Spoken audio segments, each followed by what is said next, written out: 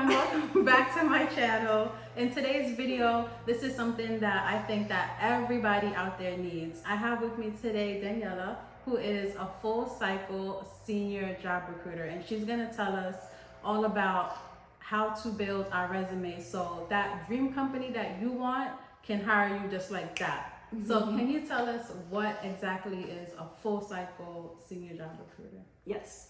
So hello everyone. So full cycle recruiter is a recruiter that is involved from A through Z. And what that means is that we sit with the hiring managers and the leaders into the staffing budgeted season. We're involved in all of that and the staffing plans, and then all the way from posting the job descriptions to setting up the interviews, to extending the offers, negotiating the offers with the candidates, and then all the way through giving them back to the managers and saying, welcome that first day. So I'm going to be looking down on my phone a lot because my questions are here. So my next question is, what is interview attire, and is it really important? Okay, that's a really good question. So I would say it is very important. So I'm going to talk about two things. I'm going to talk about face-to-face interviews, and I'm also going to talk about something very important and relevant nowadays, which is a virtual interview. So the face-to-face interviews, I would really recommend dressing to impress. I always say, right? So coming in with a business professional, business casual, but making sure that you're looking sharp, you're impressing, you want to make the best first impression with this person. It could be a recruiter, it could be a hiring manager that's interviewing you. So I would really suggest something like that. A blazer, not too big of jewelry, closed-toed shoes. If you're wearing a skirt or a dress, making sure that it's appropriate in length. That's what I would recommend if it's a face-to-face interview. Now, virtual is something that I've recently just started doing the past year and a half. I would really suggest making sure that there's nothing too distracted from the outside, and that's just for a benefit of the person that's interviewing, because the interviewer doesn't want to get distracted by what's behind you, but just wants to focus on you. So just to make it easier on that, I would suggest like a plain, white background or anything very simple and not distracting. And then obviously, it doesn't matter what you wear, chest down, but just make sure that you're appropriately dressed with whatever the camera can see. Okay. Going back to in-person interviews, I know like we're in like this whole COVID era. Do people still shake hands when I come and I see you and I'm like, hi, nice to meet you? Or should I just, just walk up with my hands down? Like how should I reach or not reach? I think that's a really good question. So it depends on company policy, believe it or not. Some companies are more strict than others, and also the how the interviewer and the person that's interviewing feel. I think that you just have to go off of what happens in that moment. You can tell usually when somebody body language says a lot. So when they come in, if you feel like they're just sitting down and being very keeping their distance and they don't shake your hand, as an interviewer, I'm not going to take that personal. I'm not going to, say, hey, this person's rude. No, nothing. You just respect kind of like what's going on there. So, you just kind of have to go off of what happens. So read the room. Know how to read the situation. Correct. Yes, okay. Absolutely. So I'm looking for jobs. So this is going to help me a whole lot right now. So when I apply, or when we all apply for jobs, is it really important to have a cover letter? Because I've never used a cover letter ever. So if it is important, what should be in a cover letter specifically? Okay, so cover letters, I would say it depends on the position that you're applying for. I would say it matters 50% of the time. Nowadays, I don't believe I see it. For me personally, what I recruit for, I don't look at cover letters. I focus on resumes. Now, if I have two resumes in front of me that are very, very, very strong, then I will look at cover letters just to see what puts it over the edge. So that would be my recommendation. If it's your dream job and this is something that you really want, then do put the time for that cover letter. But if it's just, going through your day and just applying and going through your fillers, then, it's not necessary. So yeah, that's what would be. What's typically in a cover letter? Should I be saying like why I deserve the job, or what makes me the best candidate for the job? Is Yeah. that basically what's in a cover letter? So what's in the cover letter is supposed to be something telling your story outside of your resume, right? Okay. So something, what makes you unique that you can't really put in your resume, right? So like in your resume, you're telling your experience, work-related experience. So maybe you have a special connection to why you want to join that specific organization or hospital. So it's something that you can share that is not necessarily in your resume. Okay. Now, getting into the actual interview, how early should someone be for an interview? So I would say no earlier than 10 minutes. I think that, you know, a lot of recruiters or a lot of hiring managers have day-to-day things to do. And then so like if you're there maybe a little bit earlier than 15 minutes, like 30 minutes, then they feel the pressure that somebody's outside waiting for them. But I think a good, 15 to 10 minutes shows that you want to be there, shows that you are taking initiative, but it's not so early that the hiring manager or the interviewer is feeling some type of tension. Okay. So now getting into the actual resume, how long should a resume be? Because I know mine used to be like 2 pages and I like cut it down. So can it be more than 1 page? I mean, it can. It can be as many pages as you want it to be. My suggestion would be focusing on the experience that is most relatable to the job that you're going towards. And then focusing on, and if everything is relatable, if you've been in the same industry for a very long time, I would suggest the most valuable ones are the past 5 years. I wouldn't suggest any more than a page, and I know it's very hard because I understand that there's a lot of experience, but just condensing it and really focusing on that job requirements of the job that you're going towards. Okay, so going off that, so in a resume where you have your job title, for example, I'm just gonna say nurse, and then you have to put the description of your duties.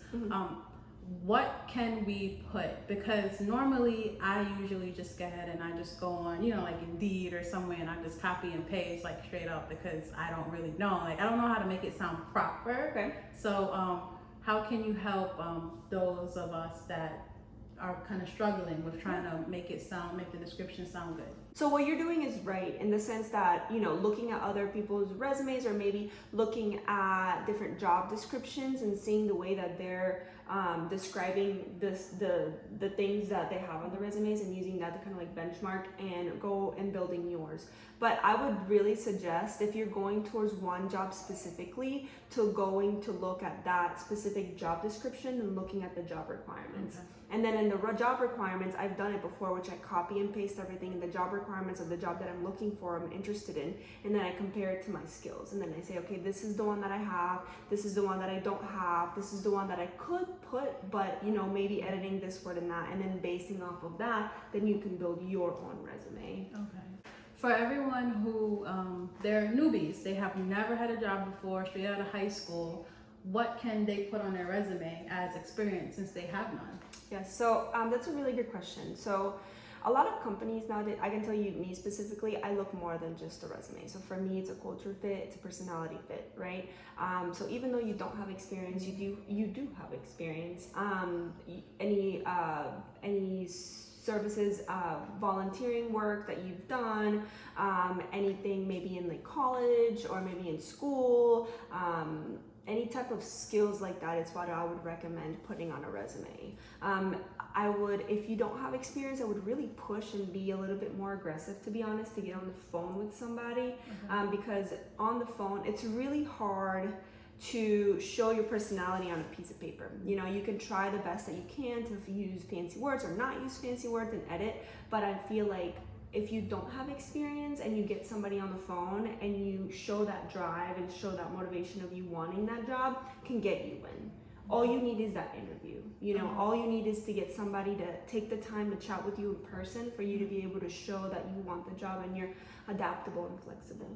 I think nowadays flexibility, adaptability are one of the most important things that recruiters and companies are looking for, because we are in the middle of we're passing a pandemic, and there's so many moving things and changing parts that I think that right now somebody that is okay with change, somebody that is adaptable and flexible and is just going to come into the job and just adapt and just be okay with the changes is something that a recruiter is going to say, I want them.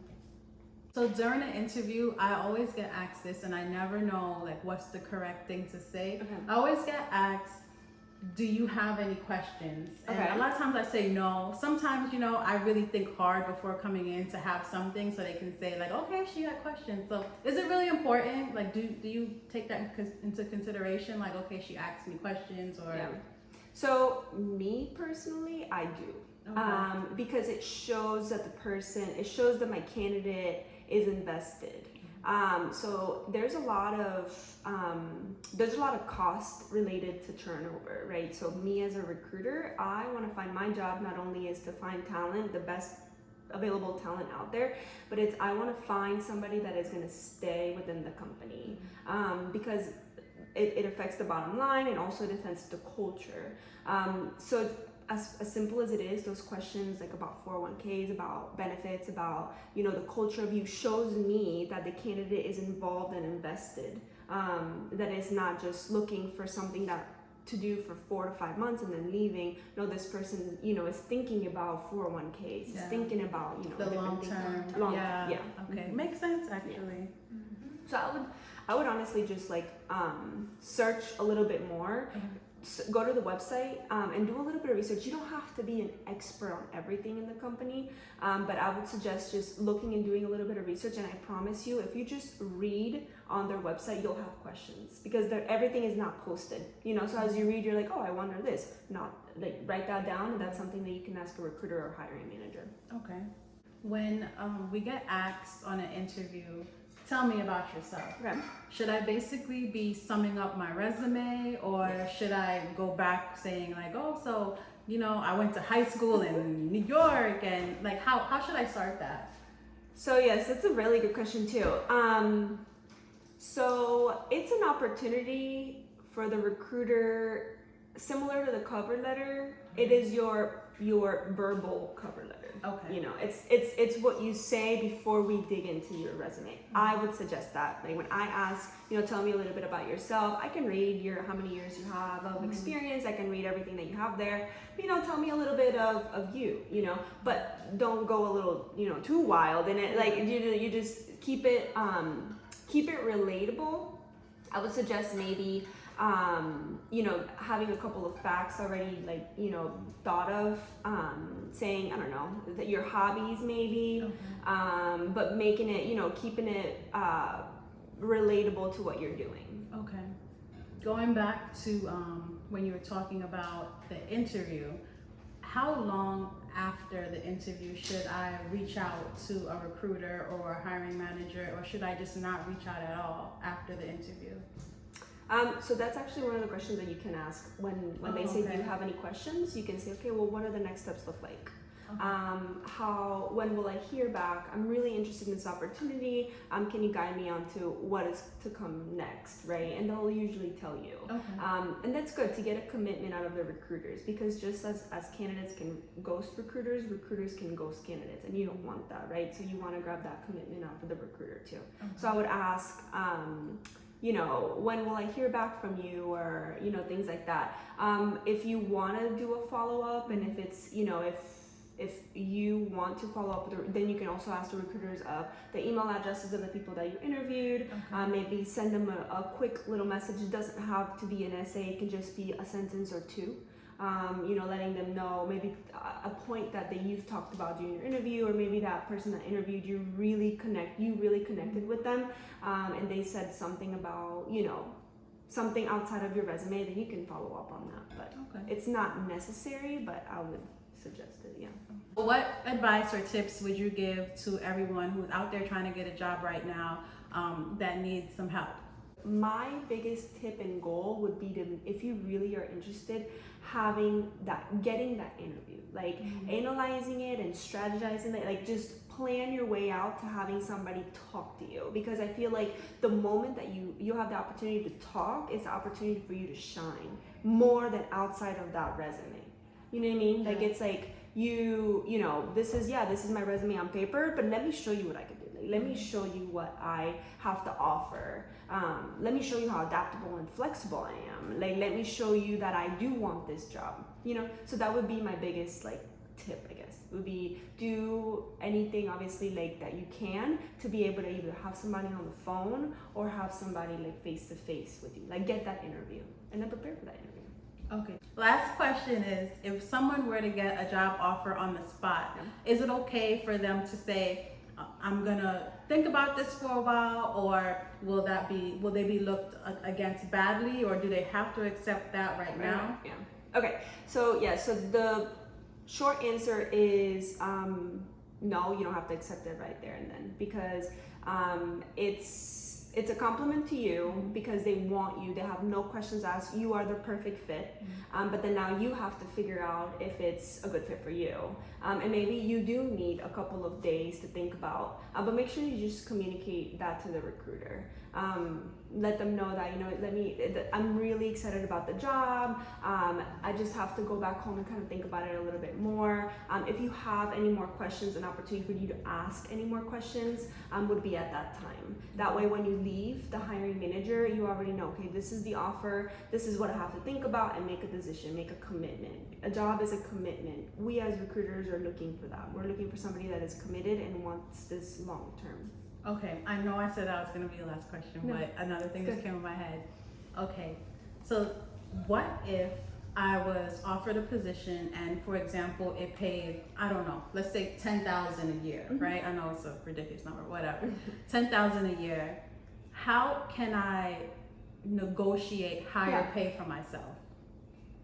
Okay, so during your pre-screening, you should usually, the recruiter or during the pre-screening, you should talk about pay. Okay. Pay is very, we're evolving.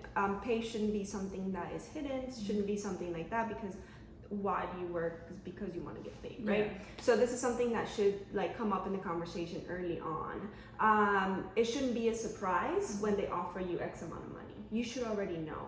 If it's in my opinion, it's one of the non-negotiables, right? Okay. So if you're interviewing and if you're going through the interview process and it takes you 2 to 3 weeks, and then you get to the offer stage and then they offer you $10,000 and you're like, no, you just wasted all that time. Yeah. Not only the company's time, but your time, right? Mm-hmm. So it's something that you bring up. It's uncomfortable sometimes, but it shouldn't be. Yeah. As you know, it's and from a recruiter standpoint, we understand. I said, people do this. People work because they want to get compensated. Yeah. So it shouldn't be a surprise. And then, but once you accept the offer, or once they offer you something, negotiating is something that is very common, and it's okay. Usually companies have a budget of what they can give you or extend to you, and I love transparency. It's something that if you feel like the recruiter, and if you look at the culture, and if they're a transparent company, that's a big plus. You're going to go into a good culture company, in my opinion. So you can negotiate. Let's say that they're offering you $30,000. Let's say you're like, let me think about it. I'm really excited about this opportunity. Let me just think about it. You can go back and then, later on call them or follow up with them however you would like, and then let them know, I would, there's lots of ways of doing it, but you can say something like, I've done some research on salary.com. I've done some research on your company, and I see that the average for the position that I'm applying for is X amount. Okay. And then you can say, my salary expectations changed. I know that at the beginning we talked about Y amount, but now it's X amount after I've interviewed, after I've researched. So they won't get mad at me and say, okay, so you offered me 30, and now I'm saying, okay, well, hi, Miss Via. I'm very happy for this position, but I have done some research in my area, and I've seen that the average pay is $40,000. No, yeah, absolutely. So I would feel more comfortable based on. Do I have to throw in experience? Saying based on my experience too, I feel like I deserve. Is that a word? I would stay away with the deserve. Okay. I would just keep it in the facts. Okay. I know that you do deserve it. We all know that you deserve it. But I think that, if you just say, based on the research that I've done, based on the research that I've done within the, the community, within your own like corporate, you know, company or business, I see that this position is paying Y amount and I only asked for X amount. You know, my expectations have changed, and then this is what, you know, I would feel comfortable accepting. You know, but and it doesn't, recruiters don't take it personal. You know, and that's something else that would be a tip. Like, we recruiters, it's okay if you don't show up for an interview and it's not the right time. It's okay if, you know, it's okay for a lot of things. Like, we understand too. We don't take anything personal. I think communication is key with the recruiter, calling them and let them know, instead of not showing, instead of dragging it on, like just communicating. Call the recruiter and say, hey, you know, right now it's not the right time. Or you know what, that salary is a little too short. The recruiter will do everything. If you are the right candidate, the recruiter will do everything possible to get you in. Now, if the recruiter, there's a budget, right? So let's say that the budget is $20,000 and you're already at that cap, the recruiter will communicate that to you and say, you know, the cap is 20,000. I'm so sorry. This is the most that I can offer you. I'm very, very excited, but look, and it's a recruiter's job to sell you everything else, because it's not only about the pay. Yeah. Your pay is your compensation is not just your salary. Your benefits go into play. Your 401k, your medical, all of that stuff, tuition reimbursement, all of that is part of your salary, part of your compensation. So as a recruiter, I'm trying to sell you to come into the company. So if you're not okay with my 20,000, it's my responsibility to be like, but look, we have amazing dental benefits. We have amazing 401k. It's matching, it's not matching, whatever your company has going on. That is my role to get you in. Obviously, you know, always speaking the truth and always understanding, you know, where the other the candidate is coming from. That's it for this video. If you guys have any questions, just make sure you drop them in the comment section below and I'll get it back to Daniela, and then I'll make sure that I'll respond to you guys. I'll make sure you like, comment, and subscribe, and I'll see you in the next video. Yes, thank you for having me.